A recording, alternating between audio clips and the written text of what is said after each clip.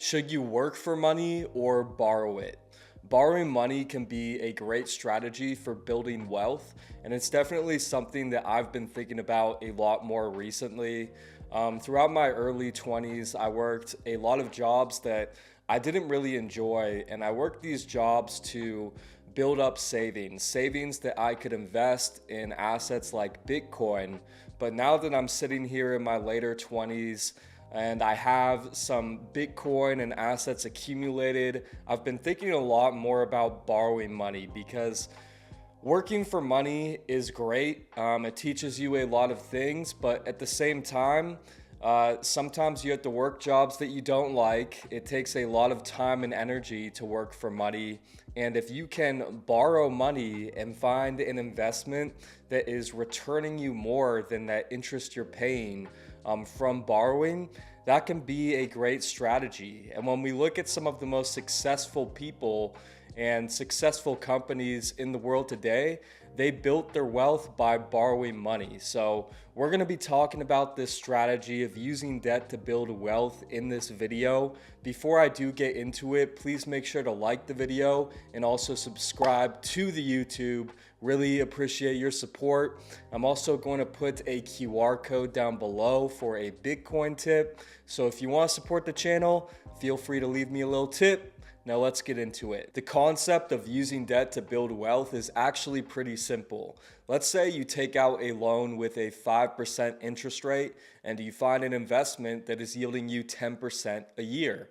Well, that is a winning strategy, right? If you have an investment that is earning you 10% a year and you're only paying 5% interest, then you just pocket that difference, that 5% difference in this example. But let's say you take out a loan with an 8% interest rate and you think you have this great investment. Maybe it's a business idea and the idea fails, the business fails.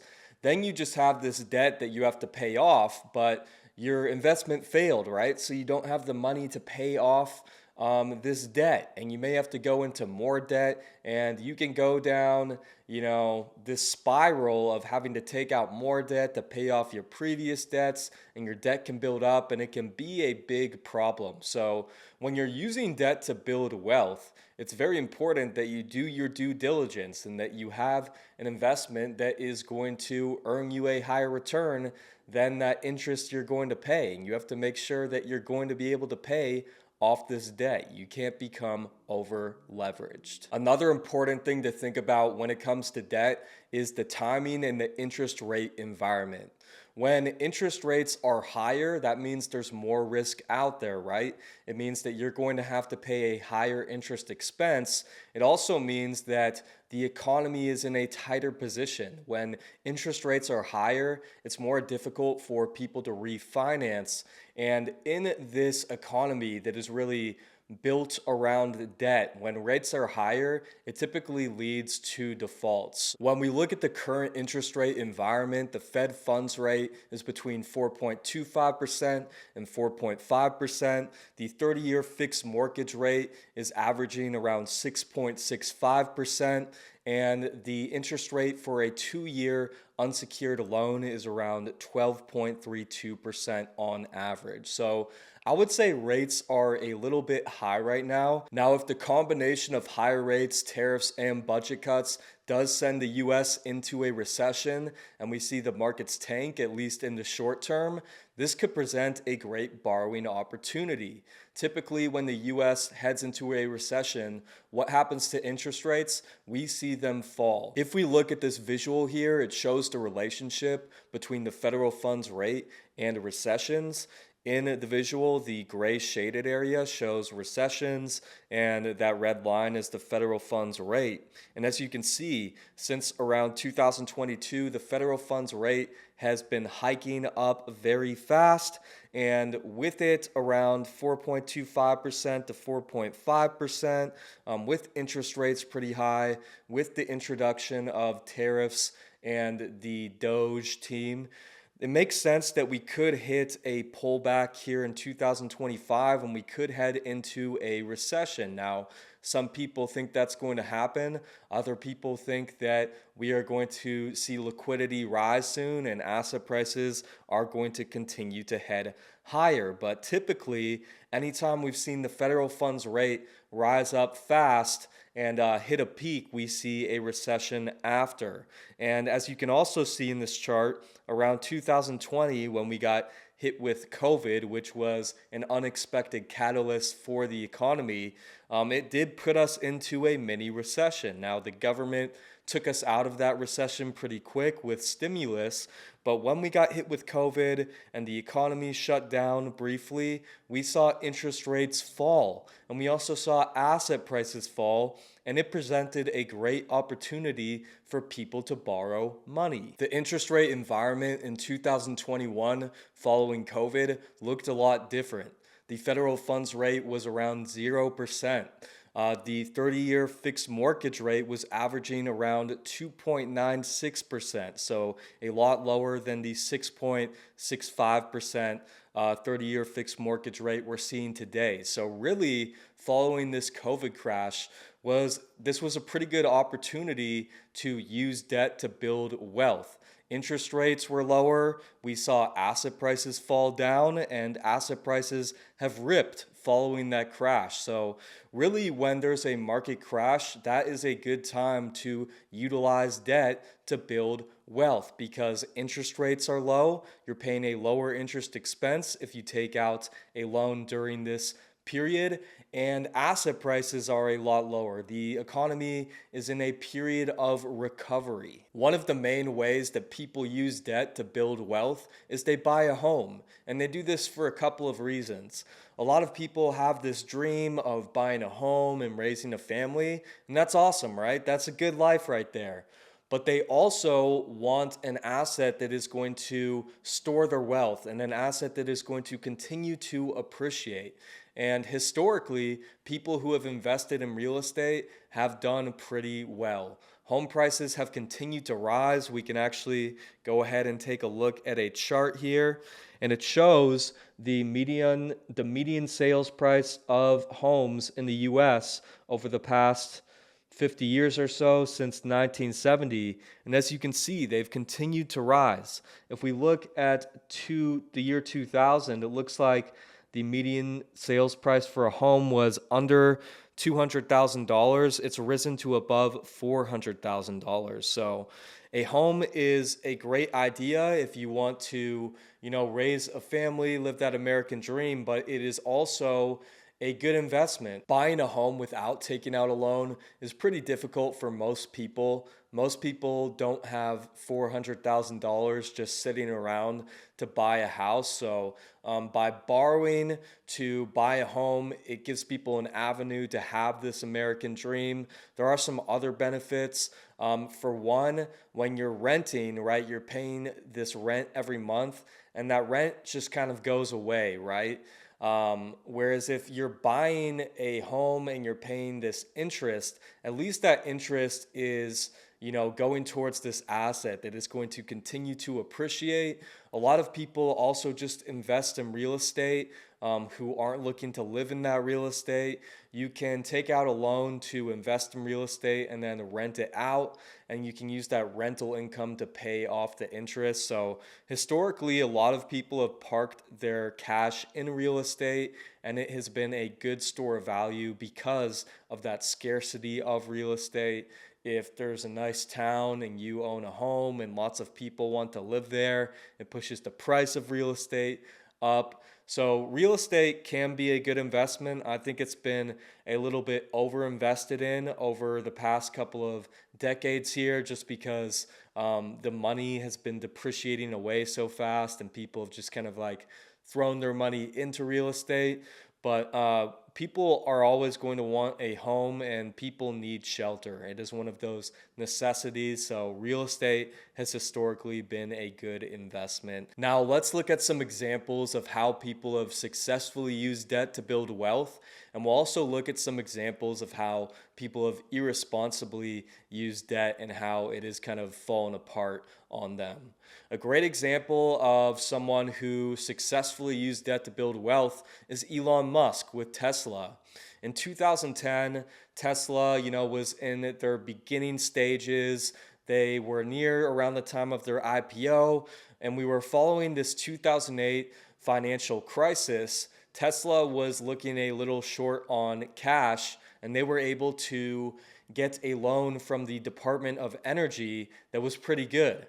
The loan was for $465 million, and the interest rate was between 1.6% and 3%, which was much lower than the commercial lending rates at the time. So Tesla got a sweet deal from the government because the government wanted to invest in renewable energy. And this loan really allowed Tesla to flourish. They used the loan for the development and production of their EVs, and they were able to pay off the loan in a couple of years. And we've seen what has happened since. Elon Musk has become the richest person in the world. Another great example is Sam Walton, the founder of Walmart. Sam Walton did a lot of borrowing in the late 20th century to build Walmart into this empire, right? This giant where we now have these huge super centers, these mega stores all over the country. Sam Walton started out by borrowing from his father-in-law. He acquired a loan, I believe it was around $20,000 with little to no interest. And after he used that loan to develop Walmart and really get started, he continued to borrow money in the 70s, the 80s, the 90s. He borrowed heavily, taking out loans with interest rates between 4% and 10% to build out these Walmart stores. But these Walmart stores were generating a much higher annual return than the interest he was paying. In the 80s, Walmart's compound annual growth rate for sales was 36%. And in the 90s, the compound annual growth rate for sales was 23%. So Walmart was growing at a much faster pace than this interest that Sam Walton was paying on these loans. And that allowed him to build Walmart into what it is today. Walmart is a great example of how a company can use debt to expand their business. Walmart started as a small little store in Arkansas, and it grew into a giant, one of the largest players in the retail space that we see today. The Lehman Brothers collapse is a classic example of an entity who irresponsibly used debt. Lehman Brothers was an investment banking company who failed during the 2008 financial crisis. And Lehman Brothers was very over-leveraged. They had a ton of debt, $613 billion in debt, and they only had $19 billion in equity. So their debt-to-equity ratio was 30-1, completely over-leveraged, and they used all this debt to invest in mortgage-backed securities. This was their main game. When we got hit with the housing crash from 2006 to 2008 and people started to default on their mortgages, these mortgage-backed securities that Lehman Brothers was heavily invested in started to tank. And Lehman Brothers wasn't able to pay off their debts. They had to file for bankruptcy in 2008, and it's one of the largest failures of a financial institution in history. This is a great example of why you don't want to be over-leveraged. Using debt to build wealth is a great strategy, but if you have too much debt and you make a bad investment, then you could be screwed, right? If you have way more debt than you can handle. If you take out a reasonable amount of debt compared to your equity, compared to, the amount of assets and capital you have, and you take a loss, you make a bad investment, well, then you're probably going to be able to handle it. But if you have way too much debt and you're overinvested in one investment and that investment goes south, you're going to be in a lot of trouble, and that's the situation that Lehman Brothers found themselves in during that 2008 financial crisis. One area where we often see people getting into trouble with debt is with student loans. Now, I think a student loan can be a great investment if you have a vision, if you believe that going to college is going to get you to where you want to be, into a position where you're making more money, where you're able to pay off the loan, then I think that can be a great investment. But a lot of people take out student loans and maybe they don't quite have that vision figured out yet. They're just kind of going to school because it's the norm. And then they get out of college and they realize that, they don't exactly know what they want to do, or maybe they want to do something that's not related to their degree, but they have this large loan that they have to pay off with high interest payments, and it can really be a burden. And one of the hardest parts about student loans is that you can't really declare bankruptcy, and the loan can just continue to eat away at people throughout the remainder of their lives. On average, people take over 20 years to pay off their student loans, and I believe 85 to 90% of student loan borrowers are still in debt. So I'm actually going to put together a video about student loans here soon, so keep an eye out for that. But this is an example of how people can really get into trouble with debt. Now, like I said, it can be a great investment, but I think for people taking out student loans, they really just have to have a vision of where they're heading and how they're going to pay it off. And they need to make sure that they take out a responsible loan with an interest rate that they can handle, because people can really get into a pickle with these student loans, as we've seen. And a lot of people have really been burdened by these student loans as they've gone throughout their lives. The last thing I want to talk about in this video is the idea of using debt to invest in something like Bitcoin or the stock market. If we look at the annual return for Bitcoin over the past 15 years or so since it's been around, the annual return is pretty great.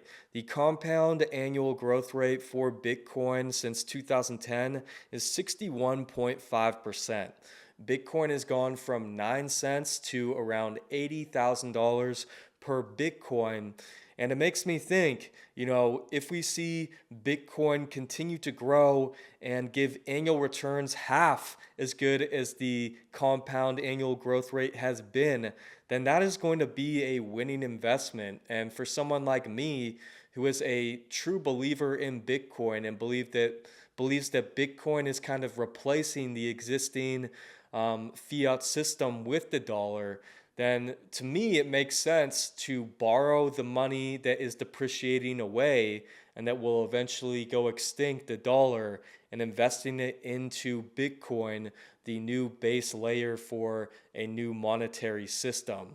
And I think people are really starting to figure this out. We've obviously seen MicroStrategy be very aggressive about borrowing money to invest in Bitcoin, and a lot of other companies are starting to do this. We know that Metaplanet, a Japanese, I believe it's a Japanese company, has been borrowing money to invest in Bitcoin. Now, looking at the S&P 500 since 2010, I pulled it from 2010 just to kind of compare it to Bitcoin here. The compound annual growth rate is 11.3%, excluding dividends. So the compound annual growth rate for the S&P 500 and stocks in general is a lot lower than Bitcoin. And it seems like, that could be a little bit more risky when we look at taking out debt to invest in something. When I look at the compound annual growth rate of Bitcoin, it's 61.5%. Even if you were taking out a loan with interest at around 10%, even 15%, if Bitcoin continues to perform at the same rate, then you're going to see a lot of good returns from that investment. Now, the question is, will Bitcoin continue to perform at the same rate?